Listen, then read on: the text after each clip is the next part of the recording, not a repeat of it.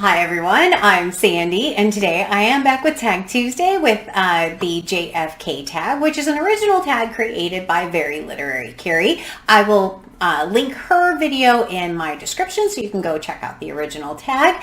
It is very cool because she has a lot of JFK books, knows way more than I do about JFK. So yeah, definitely go check out her video because it's very cool. And I love original tags. I haven't created an original tag yet, so I'm very impressed with any booktuber who does that. So there are 10 prompts in this one, and I'm just going to go ahead and jump right in.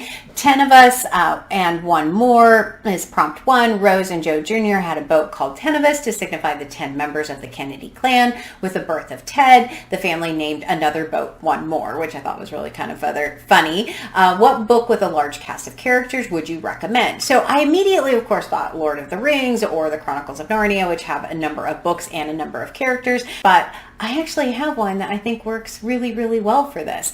And it is with my favorite author, or one of my favorite authors, which is Agatha Christie. And the story is Murder on the Orient Express. So this story has about 16 different characters in it. It is probably her most famous story.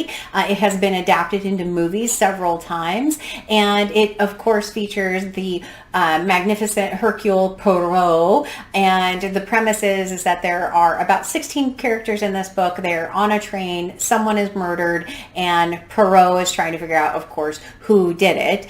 This one, I knew the premise when I read the book, which ruined it a little bit for me. It is absolutely a great story of hers, and it obviously is very, very popular because it's been adapted so many times. But Murder on the Orient Express by Agatha Christie, plus it lets me show this newer book purchase that I did fairly recently.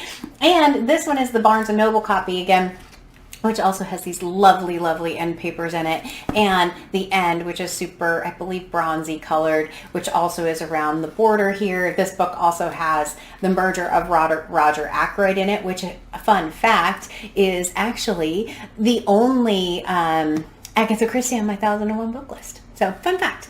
Prompt 2, PT109. What is your favorite book featuring a harrowing survival story, rescue, or war story?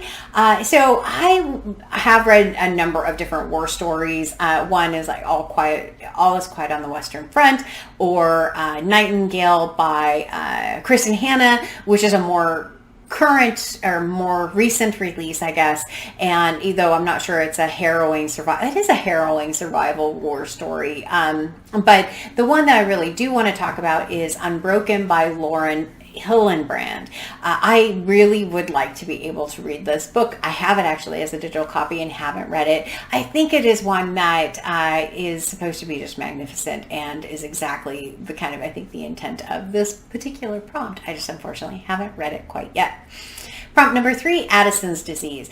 What is your favorite book that deals with disease or the medical field? I actually have 2 for this one. The first one is Emperor of All Maladies, which is a biography of cancer. It was written about 10 years ago, and it was fascinating, absolutely fascinating, how they go through and try and find different treatments for different kinds of cancer.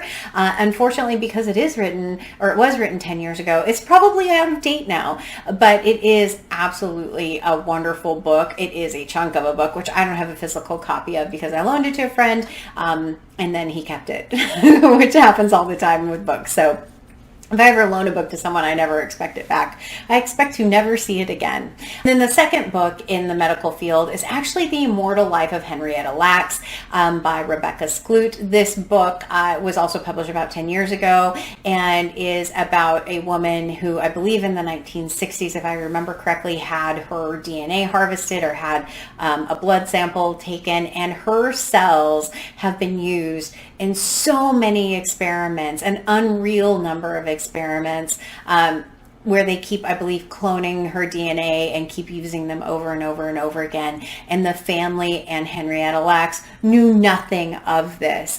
And her family have not seen any funds at the time that the book was published for any of the research that was done using her mother's cell, or using Henrietta's cells. And so it is actually a really fascinating story, and I really enjoyed that. I enjoyed reading about that. I thought it was great.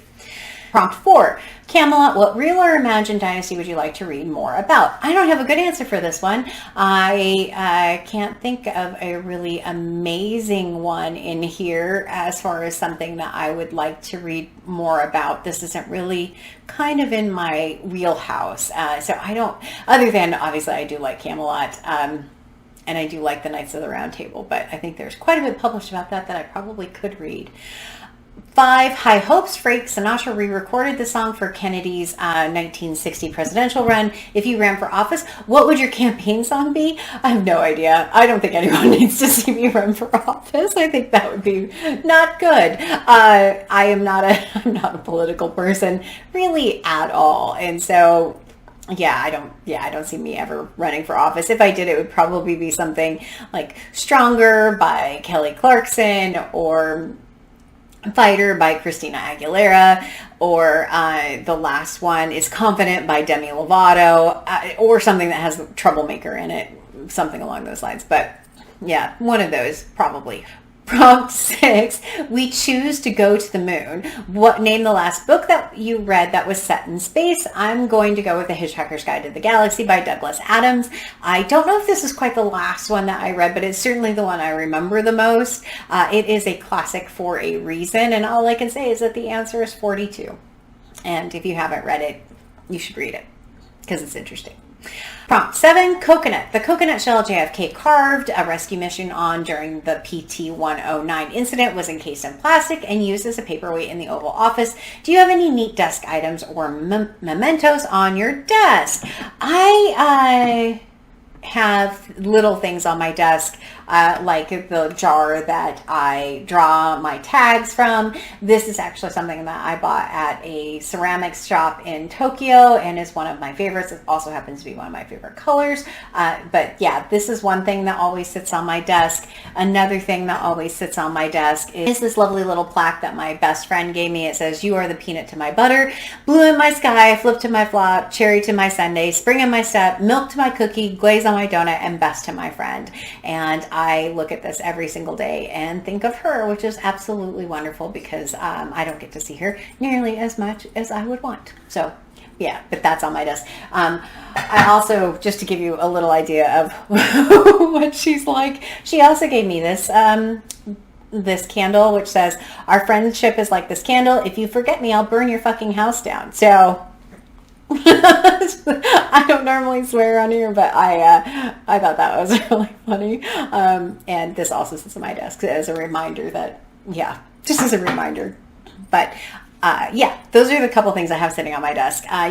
8, Scandal. What personal or political scandal would you like to read more about? I don't know how much of a scandal this is, but I have been reading quite a bit about Marilyn Monroe in Blonde by Joyce Carol Oates, and I really want to read more about her. I did actually pick up a small biography and Very Literary Kari, and I might be doing a buddy read for that biography coming up, so I'm super excited about that. But I would like to know how much of that fictional retelling of Marilyn Monroe is actually real. So that is one. I think I'm going to say that. And there is a slight, I guess, scandal in there with JFK, unknown kind of relationship piece. But yeah, I would say probably Marilyn Monroe. So number 9, Peace Corps. What book made you a better person? So there's a book that I read kind of at the beginning of the pandemic, struggling, obviously being home all the time and not being around people, which was called Maybe You Should Talk to Someone by Lori Gottlieb, and I actually really enjoyed that book. I don't know if it really made me a better person, but it was something that it's about a therapist who also has therapy, and the way that the stories are told, I was really impressed by that book and thought it was very thoughtful and is one that I would recommend. A friend recommended it to me and I really did enjoy it. Prompt 10, Conspiracy. What are your thoughts on the Kennedy assassination? I don't have any. I haven't done any research on it, whether or not it is a conspiracy or not. I just really don't know. I just really don't know. So unfortunately, that is my answer for that one. And with that, that is the end of the JFK tag video. I am going to go ahead and draw a few from my jar for this. And I know Kari did tag a number of people. So if you've already done this, I do apologize. Hopefully I get some people who haven't done it though. We'll see. Out of my very fun little jar that I got in Tokyo. Okay. So the first one that I'm going to draw is AJ Dunn, and I did look to see if Kari had tagged AJ, and she has not. So AJ, yay! I don't think I've gotten to tag you before, so I'm very happy about that one. I prevented myself from saying I was excited.